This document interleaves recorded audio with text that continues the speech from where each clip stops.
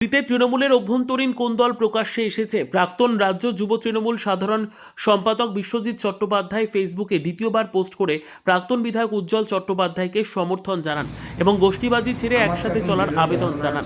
পোস্টে তিনি লেখেন, স্বেচ্ছায় পদত্যাগ করেছেন, দল থেকে বের হননি। উল্টিতে কোনো কাউন্সিলর বা ওয়ার্ড প্রেসিডেন্ট উজ্জ্বলের বিরুদ্ধে গ্রুপবাজি করলে আগামীতে তাদের পদ থাকবে না। শেষে যোগ করেন, this is the Bidhan Upadhyay style. এই পোস্টে গোষ্ঠী কোন্দল আরও উস্কে উঠেছে। বিজেপি এটিকে তৃণমূলের আত্মঘাতী রাজনীতি বলে কটাক্ষ করেছে। 2026-এর বিধানসভা নির্বাচনের আগে দলের জন্য নতুন চাপ সৃষ্টি হয়েছে।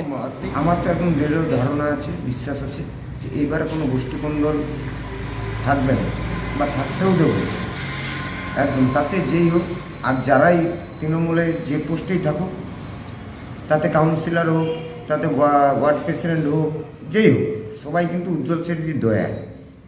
তো উজ্জ্বল চ্যাটার্জির বিরোধিতা এবারে কেউ যদি কোনোভাবে করে থাকে সেটা কোনো মতেই বরদাস্ত করা যাবে না, আর একদম সম্পূর্ণ বিধানদার স্টাইলে চলবে। এর আগেও আপনি একবার সমাজ মাধ্যমে পোস্ট করলেন, তারপর আবার পোস্ট করতে হচ্ছে, একটু কি মনে হচ্ছে যে এখনো গোষ্ঠী কোন্দলটা রয়ে গেছে কোথাও? আছে, কিছু কিছু জায়গায় আছে যারা একটু ভাবছে নিজেকে কাউন্সিলর হওয়ার পর বা ইয়ে হওয়ার পর হয়তো নিজেকে মনে করছে।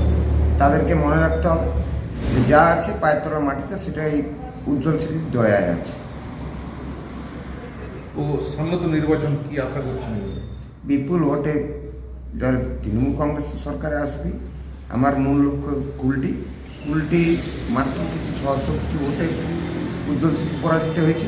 এবার বিপুল ভোটে জয়লাভ থাকবে না বলছি তো, আপনার খবর নেই।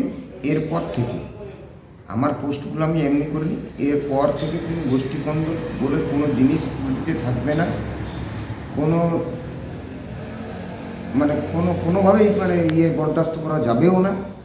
একদম সঠিক লাইনে পার্টি যাবে। পার্টি একমাত্র উজ্জ্বল চ্যাটার্জিকে দেখে পুরো তৃণমূল এখানে তৈরি হয়েছিল। উজ্জ্বল চ্যাটার্জি ফাইনাল শেষ কথা বলবে। আপনার নাম? বিশ্বজিৎ চ্যাটার্জি, সাধারণ কর্মী। আজকে প্রেস মাধ্যমে জেনে পেরেছি কুলটিতে ফির তৃণমূল কংগ্রেসের কোনো প্রাক্তন নেতা ফির গোষ্ঠীদ্বন্দ্ব প্রকাশে এনেছে। কি কুলটিতে কোনো কাউন্সিলরের সম্মান থাকবে না? কুলটির যত তৃণমূল কংগ্রেসের পার্ষদ আছে ওদের কোনো সম্মান আগামী দিনে থাকবে না। উনি বলতে চাইছেন বারাবণীর বিধায়ক স্টাইলে এটা চলবে। ও নিজের পার্টির বিধায়ককেও অসম্মান করছে আর কুলটির কাউন্সিলরকেও অসম্মান করছে। আমি বলতে চাইছি এটার পার্টির পলিসি একদম সাফ আমরা দেখতে পাচ্ছি। এটা কোনো সাংগঠনিক দল নয়, এটা ব্যক্তি বিশেষের দল হয়ে গেছে তৃণমূল কংগ্রেস। আমরা এটা একদম সমর্থন করি না। আর তৃণমূল কংগ্রেসের কুলটিতে খুব আগামী দিন সমস্যা আছে, এটা আমরা দেখতে পাচ্ছি। আর আমরা বিজেপির যত কার্যকর্তা, নেতা ও সংগঠনের উপর নির্ভর করে সংগঠনই সর্বোপরি। সংগঠন মাধ্যমেই এখানে নেতা তৈরি হয়। সংগঠন যার সঙ্গে থাকবে ওই নেতা।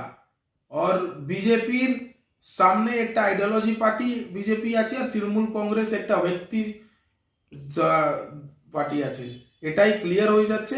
আর আগামী দিনে আমরা দেখতে পাবো যেভাবে দুর্নীতি, যেভাবে আমরা দেখতে পাচ্ছি পশ্চিমবঙ্গের এখন অবস্থা, শিক্ষা দপ্তর থেকে আরম্ভ করে সব দপ্তরের মন্ত্রী জেল খেটে এসেছে।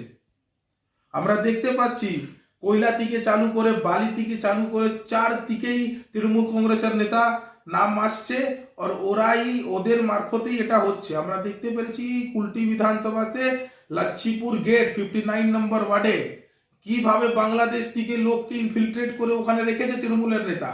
যখন উজ্জ্বল চট্টোপাধ্যায় মিছিলটা হয় কুলটি বিধানসভাতে, এটা বারবার আমরা বলছি কেন হয় গেট থেকে 1000 লোক, 500 মহিলা, 500 দালাল লোককে নিয়ে ওখানে মিছিল তৃণমূল কংগ্রেস করে কয়লা চোর, লোহা চোর, বালি চোর ছাড়া এদের কাছে কোনো লোক নেই। এটা প্রমাণিত হচ্ছে। আমার নাম কেশব পোদ্দার, আমি ভারতীয় জনতা পার্টি আসানসোল জেলার সাধারণ সম্পাদক।